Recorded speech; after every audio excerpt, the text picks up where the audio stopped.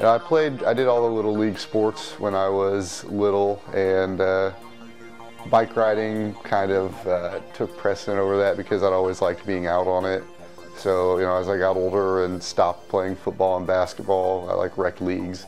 I just started riding, and found that I really enjoyed going for longer rides. So that's why I keep doing it today. My favorite ride that I've ever done was a transcontinental ride from New York City to Portland, Oregon.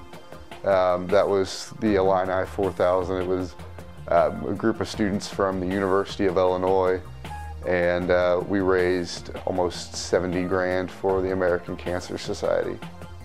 Bike riding is a huge part of my life. The majority of my friends are people that I ride with and race with on a regular basis. I found out I had diabetes at the age of 5. I had been sick a lot as I was growing, and it kind of finally reached a breaking point about March of '95.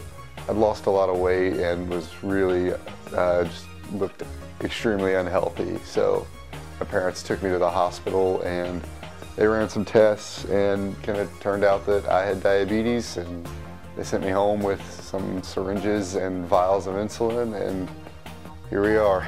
In October of 2010, I actually had an insulin pump malfunction, and I stopped getting insulin, so I ended up being really sick and in the hospital there with a blood sugar that was over 1,000, and was running into some other complications. To this day now, I can't feel the right side of my right leg.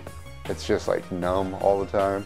The hardest part about having diabetes is the constant monitoring, just because you always have to remember that, oh, I need to take my blood sugar before I go drive somewhere, and you just have so much that you have to watch and make sure everything's in balance.